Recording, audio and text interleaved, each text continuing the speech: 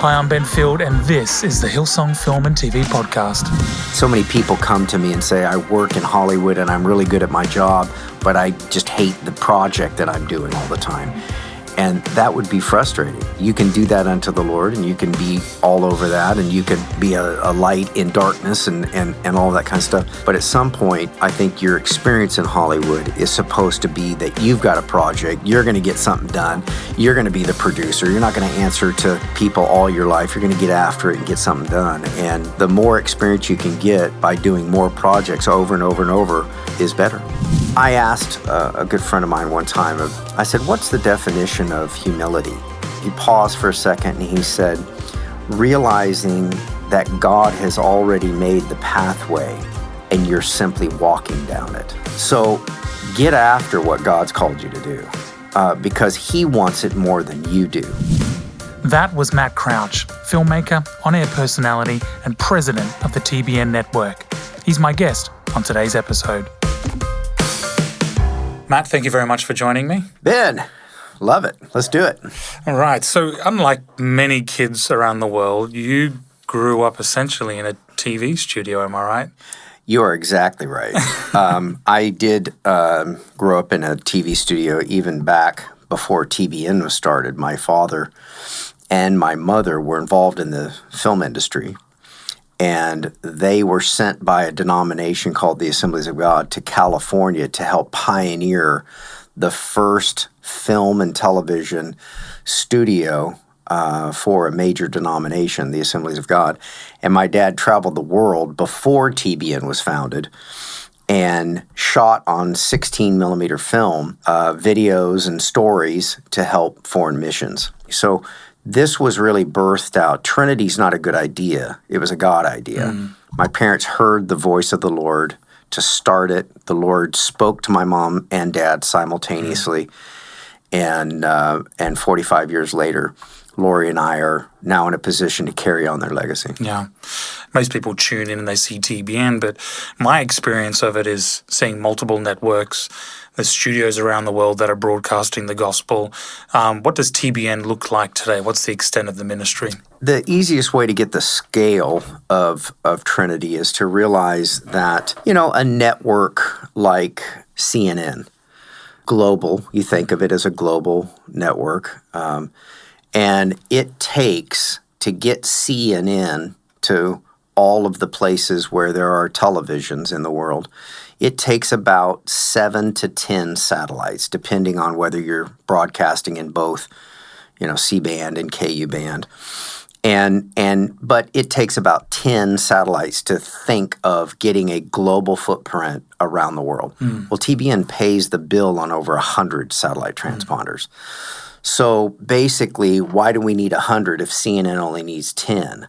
Well, for the very reason that we have multiple networks. We have 14 language networks, 31 languages altogether. Our newest is Bulgarian language, 24 hours a day in the Bulgarian language. We were just in Bulgaria, and they are finishing out their second studio so they can start doing more Christian broadcasting and just an amazing thing. But 14 different languages, all 4 languages of the Middle East, Urdu, Farsi, Arabic, and Turkish. So we're putting Jesus and making Him famous in 4 of the main languages of the Middle East.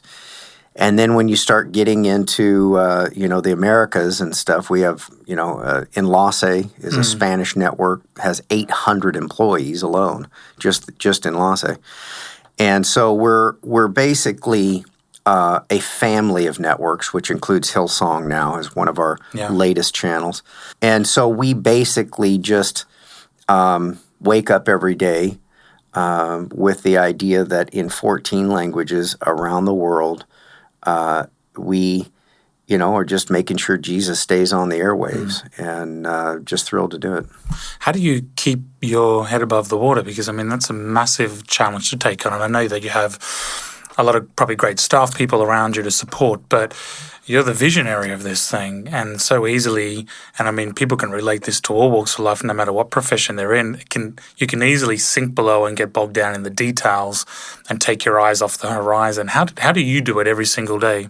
Only thing that we as believers can boast in life is that we are chosen. And when you let a real sense of God's love and the fact that I wake up every day with this idea that God's for me, He's with me, we're going to do some great things today, the idea that we're going to accomplish great things. But I have to circle back a little bit to the preparation that my parents did. They were not one of these first generation founding generation. They wouldn't fit that model exactly because they were preparing Lori and I for many years. My dad basically asked me in 2009. I was still living in Hollywood producing films. I was probably right in the middle of doing a film with Warner Brothers, financed by Warner Brothers, called Preacher's Kid. And so I was in the middle of what I believed, at that point my calling was be involved in film and television in a very real way up in Hollywood. So basically, my dad looked at me at that time in 2009 and said, "Do you ever see the day you'll sell your company and come back and serve this ministry as president?" This is a very significant thing. That was his job. Yeah. Okay. And I looked at him right in the face on board the airplane. I said, "Do you?" And he said, "Yes, I do." And then a little tear kind of started streaming down his face. And I said, "Well, then I do." Lori started crying. My dad cried. And for some reason, I didn't cry. I cried later. But ultimately, what I think is really important about that is the fact that I had a heads up in regard to multi-year heads up as to where I was going to end up. And so there was just this very great sense of preparation that they did. And without it, it would have been whiplash. Ultimately, the preparation and then the extension of that, Ben, is important that I become or I remain who I am. I'm not trying to be my dad and mom part two. I'm trying to be me as good as I can. And so my parents told me that I was the kid that, pulled my socks off my feet, put hand puppets, sock puppets on my hands and would tell stories and make voices and make characters and all of that. And so what Lori and I feel and what my parents knew was coming was that we would ultimately take TBN 2.0 out of being all about the engineering of a television network and the satellites of a network and the distribution mechanisms of a TV network and make it about the content. So very few meetings am I in anymore that don't have a producer needed or a director needed or some writer or some musician or something, so that we're focusing really on TBN 2.0 is really like my parents were the hardware generation and Lori and I are the software generation. Right. We had a network that we rebranded and Hillsong took over in regard to the content. You're a big part of that. And basically, I went and slept good from that night forward when the Hillsong channel went on the air because great content was now on the air. So everything that I try to do is related to not as much how do I figure out the distribution mechanism? How, what about changing viewing habits from a big screen to a medium-sized screen to a small screen like an iPhone, like I have in my hand? And you know what? Stats are going to tell me that. There's going to be engineers that are going to tell me that. I'm going to stay focused because you can have the greatest and the biggest distribution platform in the world, but if nobody wants to watch anything that's on it, what do you have? You have nothing. Yeah. And so are you making content that somebody wants to see? Are you making content that is going to change somebody's life?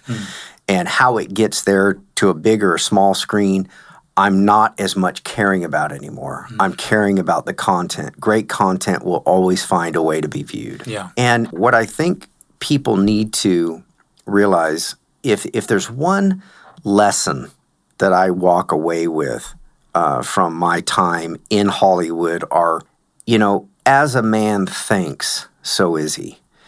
And if God is calling you, you have to realize that he's sovereign and will make a pathway.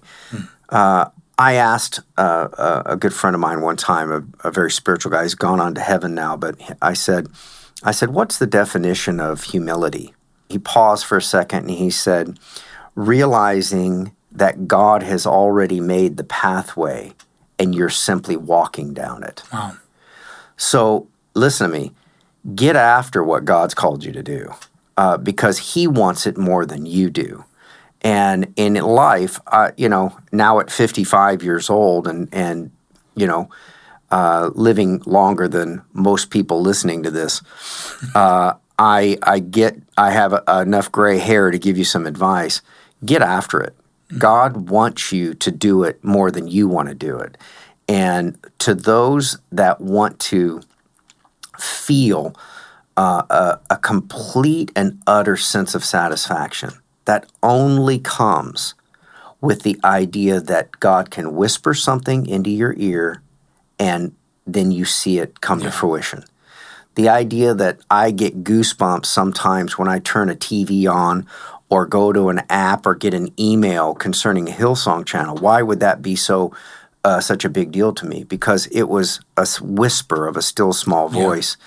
And now it's a global entity touching and reaching people around the world. And it started with one simple little voice. And so the idea that God wants to do that to everyone, God will whisper something inside of each person. If you're a singer, get after it and sing. If you're a filmmaker, get after it. Use your iPhone. The barriers are down now, Ben. And all you have to do is have a sense of the sovereignty of God and a sense that one still small voice can end up being a global channel around the world. If it can happen for me, it can happen for anybody. And so the idea here is when I was making movies, nothing was ever just right. I never had the exact director I was looking for. I never had the exact talent I was looking for. But you have to end up, excellence is doing the best with what you have at the time. Right. And I didn't have that one deadly disease, and a lot of people I know have it, which is I have to wait till every circumstance is just right before I move. I didn't wait for any circumstances to get right. I never produced a great movie, but I produced 8. So the idea that I have the experience of raising money, making a movie, and marketing a movie 8 times, I assure you that's a better education for me than if I'd made one movie that was really great. Yeah. It would be a one-off. You'd be a one-hit wonder at that point. I made 8 in a row until the time that I came back to serve my parents here at this ministry. And so ultimately, I have such a depth of experience of 8 movies, the good, the bad, the ugly, of making movies. They're hard to make. If they were easy to make, everyone would do it. And so basically, you have to celebrate even a marginal movie because they're very difficult to make from beginning to end. And so ultimately, I sit here today, and if I needed something written on a resume, I could write that I produced and distributed 8 theatrical motion pictures. Well, that combined knowledge, even though none of them were great, a couple of them were okay, But what I was doing is proving the market. I felt like I needed to just make sure because, our movies were, successful from you spend this much, you make this much, and so they were successful.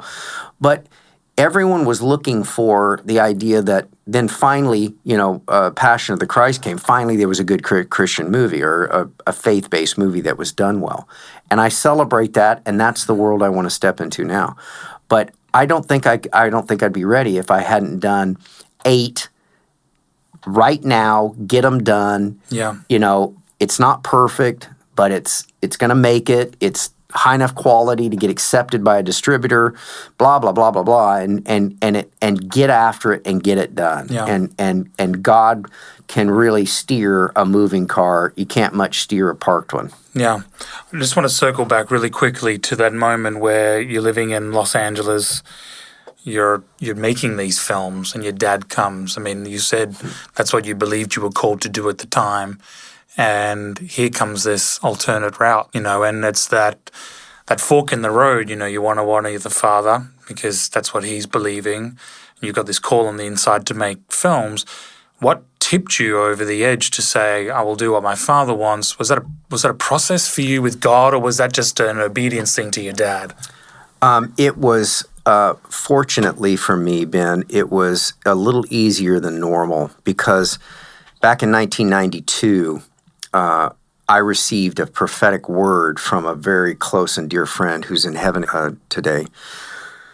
There was, in 1992, in August of 92, the part of this word of the Lord that I can quote was, "Yet I will link the two together, and there'll be a massive explosion worldwide into every single nation of the world, but it will not be the new wine in the old wineskin." And so I remembered that I had forgotten it for many years. Right. And from 1992 to then 2009, I will link the two together was the first thing that my inner monologue, as my dad was saying what he was saying, I will yet link the two together. So I felt like I was being obedient. And here's the plot thickener for this moment. I had sitting on the table an offer to manage a film fund that was starting with $60 million. My office would have been looking out a window, and the Hollywood sign was just right up on the hill there. And I would have been working with, if I said his name, everyone that has ever seen a good movie would know this guy's name. And I would have been working directly with him inside of the Warner Brothers system. And so at the time that I needed to be obedient, to be sitting here with you today, it was a little bit more of an issue. That's why God in 1992 had to speak to me to prepare me that in 2009, when that offer came, you were going to have sitting on the table quite the decision. Because I was in Hollywood. Yeah. God had led us up there. He had miraculously provided for us there. I was there doing films. I was doing all that. My wife and I, my children were growing up there in Hollywood. And it was at that time 17-year-old word of the Lord that ultimately helped understand that obedience to God's voice would be to say yes at this point, and it was easy for us to do. I look back on that, and as it turns out, the Lord needed Lori and I down here at TBN, and my parents welcomed us in 2011. The invitation came in 2009. It took us a while to wind up our affairs in Hollywood and get moved down into the Orange County area. And so ultimately, we're here. We were prepared. God had to set something inside of me from 1992 so that 2009 would be the right decision. And we sit here today, and everything about that offer, I have the capability inside of Trinity to do much more than that offer was. Right. God's doubling everything, and that's the way it'll work. Obedience has a way of catapulting you into something that you could have never imagined. Yeah. And that's what it feels like today. It's incredible. So that season, I mean, did you ever regret when you came down and you were being groomed into the future of taking on the ministry? Did you ever look in the revision mirror and think, yes, this is too much, I want to go back to where I was? Short answer, yes. Yeah. There was, there's never going to be a hilltop experience without a valley. And, there was a few times between 2011 and now that I thought, this ain't worth it. And let's see, what was the number of the guy that had the film fund? And so there's always going to be those types of things. And the idea that when you're chosen, you're going to have to go through some obstacles and some humblings and some this and that, and get your, as it were, proverbial brains beat out and splashed, and your brain splashed down across the media in my case. But ultimately, the sovereign hand of God, when you know you're following a pathway that He's created for you. It literally, that's what I think, in one sense, it's the most important thing that you could ever talk about is the sovereignty of God being so real to you that whatever you're experiencing today, and you're frustrated because your project's not going. I've been frustrated a zillion times in the creation of these projects. You've maybe arranged for financing, but then somebody put some constrictions on it, and you have to hire this guy. If you're going to use my money, you have to put my wife in a leading role, and all the different craziness that people are a part of projects for, and so ultimately, but I think the most important thing is just to realize God's got you. He wants you to get to the destination, and it's your choices that get you closer to an amazing sense of purpose, fulfillment, contentment, peace. In America alone, just in Trinity, 800 employees, and in Los Angeles, 800 employees. We have probably more than that outside the United States. And if I thought it was my responsibility to make sure Trinity Broadcasting stayed afloat and all of that, I'd jump right out this window. It would only hurt because we're on the ground floor here. But at some point, that's not my responsibility. No. This is God's vision. Lori and I are stewarding it at this point. That's the easy part to realize, that we're really just stewarding over something that God's already spoken into existence, and you're going to get closer to the goal line of what God had prepared you to do by making. You make all sorts of bad decisions and go on all sorts of detours, but just following the pathway He's made for you is an amazing thing. And you wake up. I sleep at night. I don't have to take anything to go to sleep. I don't have to take anything to wake up. And God's, just giving us daily a sense. And, as I sit here, it's an amazing thing. We've made some pretty major things. We stopped fundraising on the air, which, the quote telethon was really a hurdle for a lot of people to watch Christian TV. So we just stopped. And, we stopped in 2014. And as we sit here today, the stats are pretty clear. We have more than 1 million new viewers from 16 over 17, new households, viewing households. We have more active donors than at any time in TBN's history. And this will be the largest income year of Trinity's history, in 45-year history. So all I can tell you is we seem to basically be following the pathway God has for us.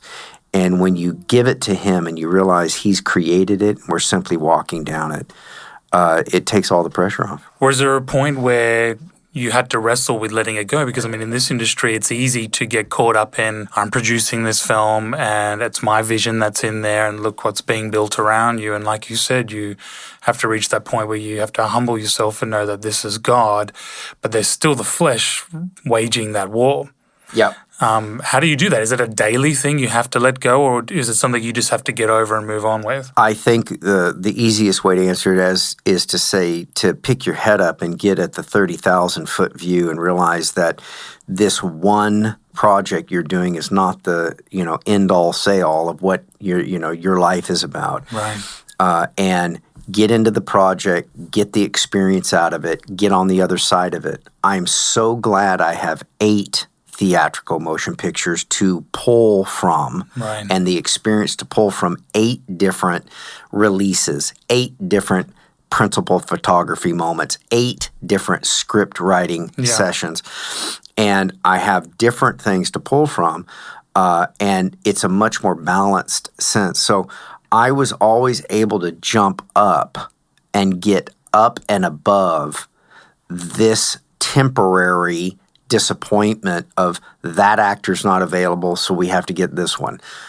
This budget restraint doesn't allow us to do this. Right. And just say, I'm moving on. We're going to go and we're going to do the best we can with what we have and move on. Keep moving. Keep going for it. Make a iPhone movie first and then rent a camera, borrow a camera and do the next one, do the next one, do the next one. Get all the experience you can. But look, all I can tell you is I have gray hair and I have never had circumstances just right. It's never happened for me. Right. If it happens for somebody listening, God bless you. But it never happened for me. I never had a situation or a circumstance that I felt everything was perfect. Right. And you just keep moving. And God will give you that experience that one day maybe those stars align and you have. But at some point, it's never going to be about that anyway. It's about really being obedient to what the purpose of the project was. Right. So many people come to me and say, I work in Hollywood and I'm really good at my job, but I just hate the project that I'm doing all the time. And that would be frustrating. Now, you can do that unto the Lord and you can be all over that and you can be a light in darkness and all that kind of stuff. But at some point, I think your experience in Hollywood is supposed to be that you've got a project, you're going to get something done, you're going to be the producer, you're not going to answer to people all your life, you're going to get after it and get something done. And the more experience you can get by doing more projects over and over and over is better. What you're talking about certainly doesn't come without a price to pay to bringing the gospel to the world, because not only are you fighting against the things of this world, but you're fighting against spiritual matters as well. And your family has definitely had its fair share across the line. And it's easy, I think, from the outside to look at the newspaper articles or listen to the voices. But on the inside of that, what does that do to someone like yourself when it doesn't seem fair on the outside, because the intentions are true on the inside? We're like, come on, we're moving for it. We're bringing the gospel to people. But it feels like the people that should be around you, supporting you, other believers, sometimes are the loudest critics to it. How does that make sense at this point in time? It's funny you should even ask that very specific question. My wife and I, it wasn't today. It might have been yesterday or the day before. I remember, she was saying something, something about something, I hope a newspaper doesn't. And I just almost just immediately responded, I wouldn't possibly care less anymore about what somebody might think about me. And the idea that you get to the point where criticism is actually a great blessing, because you just go tone deaf to it. It doesn't matter anymore. Everybody said every ugly thing and every, manipulative purpose behind this and that and the other thing. You finally get to the point where you just don't care anymore. And so critics at some point just become wind in your sail because you don't listen to it anyway, and you just do what God's called you to do. Yeah. And so I think that is ultimately how it plays out.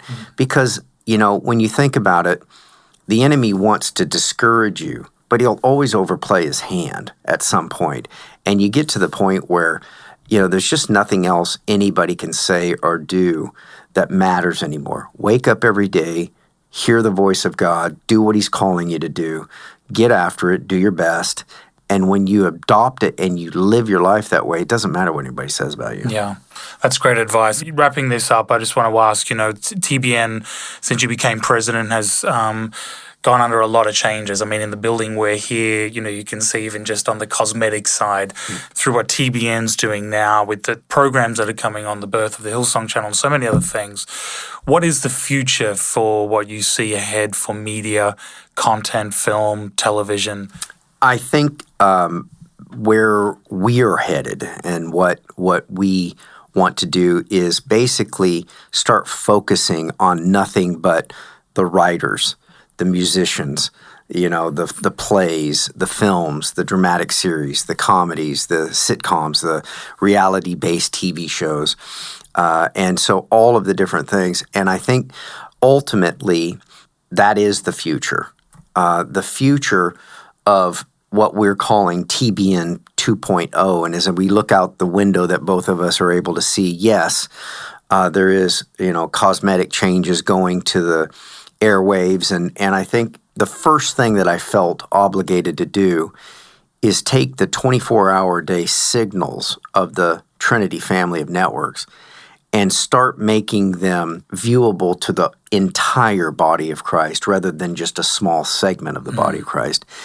And I think for the most part, numbers and ratings are proving out that Trinity is now, growing to a point where more of the body of Christ are tuning in. But we need to start now turning our attention to people that don't watch Trinity. So here we have these amazing voices, these amazing teachers on Hillsong, on TBN, on Enlace, on many other networks. But sometimes I get a chill that we're just preaching to the choir. We have to start expanding our programming because we've got to start attracting the people that aren't watching TBN so that the depth of a Joseph Prince and the depth of a Brian Houston and the teaching that comes from these men and women and a Joyce Meyer and these types that they'll tune on for this type of program, but then they'll get drawn in to the rest of the content of Trinity. And so it feels like we have a mission to not just keep preaching to the choir. Let's not do the same thing over and over expecting a different result. Let's start getting new content put into the airwaves, not in such a radical way that we don't feel that when we have a need that there's going to be someone there, but we have to just have some open doors into the 24-hour-a-day signal of Hillsong, open doors into the 24-hour-a-day signal of TBN and other networks so that there's a way to invite people in. Yeah. TBN can't just do TBN for our viewers. We have to do it for the ones that don't watch TBN. Yeah. Matt, thank you so much for joining me. I really appreciate your time. Pleasure, man. Great job.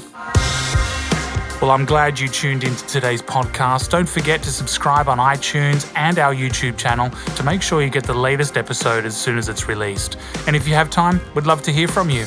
Write to us in the review or comments section. I look forward to being with you again next time on the Hillsong Film and TV podcast. Until then, bye for now.